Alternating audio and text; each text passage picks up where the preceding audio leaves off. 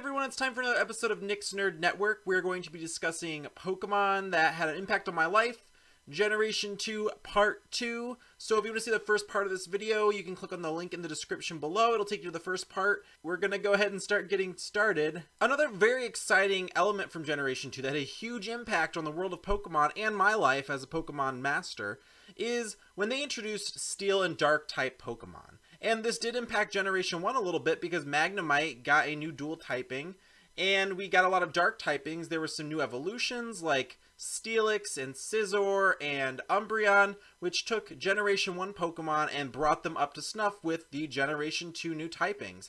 And this was an incredibly exciting time. Like, who would have conceived they would have come up with these two great types? Steelix and Scizor are by far some of my favorite designs for the new Pokemon that are in the Generation 2 set, and they were really great.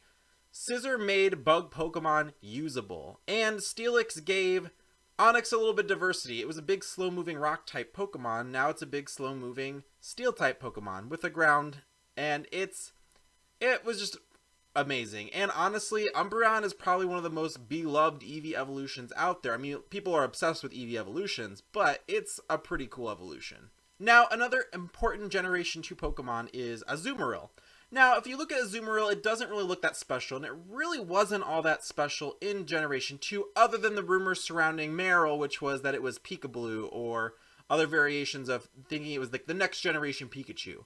And Azumarill didn't really hit its stride until Generation 6 when the Fairy typing was introduced. So once it had a dual typing of Water and Fairy type, this Pokemon became pretty potent. It had high defense, it was able to go toe-to-toe with Dragon-type Pokemon and Dark-type Pokemon, and it gave it a resistance that made it a lot more difficult to defeat than it was in previous games.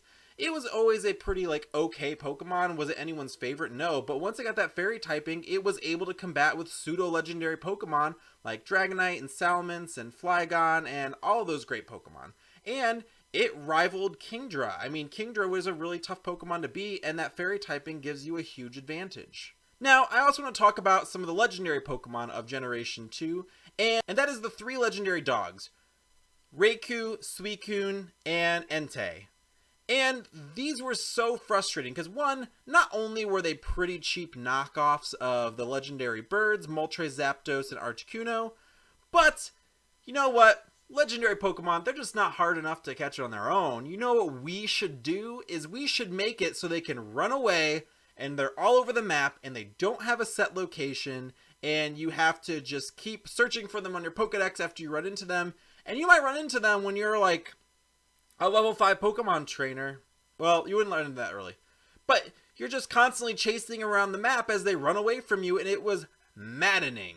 And I didn't know anyone my age who had caught all three because it was so frustrating to do. I don't even think I ever bothered, and I didn't want to catch them in later games because I would just think about how awful they were and impossible they were to catch in the earlier games. And to be perfectly honest, upon catching them, they were not worth it. Not at all. Now, I need to talk to you about a Pokemon that is related to Pokemon Go, and it was honestly so frustrating.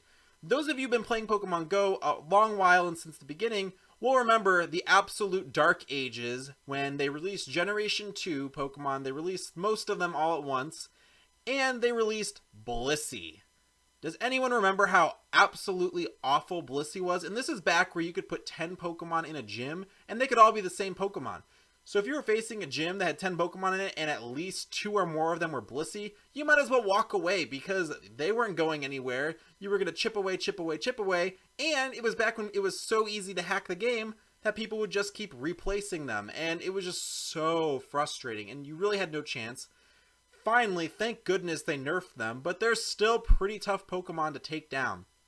And there's nothing more infuriating when the strongest Pokemon in the game has this blank looking stupid smile and is this just pink frou-frou monstrosity that doesn't look intimidating at all. It's just smiling at you, mocking you as you get frustrated and more frustrated as one after another they keep taking down your team. It's time for another segment called Who's That Waste of Space? And today's star is, drumroll please, Unown. Now what really pisses me off about Unown is it was the start to a slippery slope in the Pokemon series of gimmicky Pokemon. And you could argue that there were some other gimmicky Pokemon like Mr. Mime and such, But unknown really takes the cake. Its only purpose in the game is to be a letter of the alphabet, and there's 26 different ones, and it's just really annoying. You're not going to catch them all. There's no way of like reasonably going about it unless you're going to drive yourself insane going over and over and over again. But I mean, for those of you who are really into shiny hunting and perfect IV hunting, it might not seem that bad to you. But to me, that sounded awful. I didn't want to catch them all, and it just seems so silly. And then the only move that they learned was Hidden Power, which was super annoying. And you'd catch them super early on in the game, so you're excited, you're catching new Pokemon. This was before we used the internet as a huge resource for conquering games, and we bought like player's guides, and you caught this Pokemon thinking, oh wow, I got this cool Pokemon super early, like what's it going to evolve into? How strong is it going to get? Is it going to learn any powerful moves? And you were severely disappointed. At least I was. I didn't know what to expect. I tried to go into those games blind, because I really didn't have an option. Those resources weren't out there, other than like the player's guides. That's all I had for today's video, guys. Thanks so much for watching. If you want to see the part 1 of this video, if you haven't seen it already, please click on the link in the description. And if you want to see more Pokemon videos like this when I cover Generation 3, please subscribe, because otherwise you're not going to know. And who could survive without knowing about my personal opinions about Generation 3 Pokemon? Thanks so much for watching. Have a great rest of your day. Bye. It's promotion time. Hey guys, it's Tommy, the Green Ranger here, and I have a special message for my friend Nick. Go to my channel and subscribe. Go to my channel and subscribe. Go to my channel. Watch more videos on my channels. Go.